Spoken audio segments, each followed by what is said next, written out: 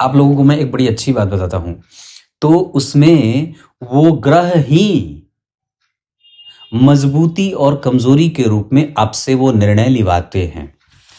अब किसी जातक की कुंडली में अगर इंजीनियरिंग करने के 100 योग बने हैं तो वो पक्का इंजीनियरिंग कर लेगा या इंजीनियर वो बन जाएगा।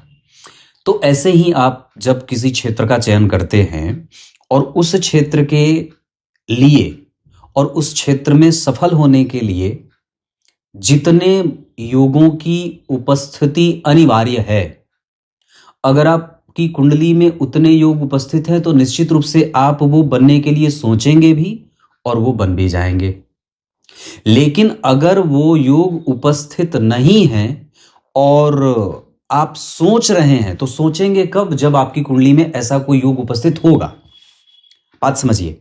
और अगर वो योग कमजोर उपस्थित है तो आपको मेहनत ज्यादा करनी पड़ेगी। और अगर मजबूती से खेल क्षेत्र में जाना है, एक्टिंग के क्षेत्र में जाना है, जो भी करियर हो भगवान जाने, पर उस क्षेत्र में तभी आप सफल होंगे जब उस क्षेत्र को सफल करने के लिए 100 के 100 योग या 50 के 50 योग आपकी कुंडली में घटित होने चाहिए। अन्यथा क्या होगा कि मान लीजिए मुझे यहां पहुंचना है, तो यहां पहुंचने के लिए मेरे पास जितनी एनर्जी चाहिए मेरे पास उतनी अगर रहेगी तो मैं पक्का पहुंच जाऊंगा। लेकिन अगर यहां पहुंचने के लिए मेरी इच्छा है और मेरे पास उतनी एनर्जी नहीं है तो मुझे मेहनत ज्यादा करनी पड़ेगी, तब जाकर के मैं यहां पहुंचूंगा, है ना।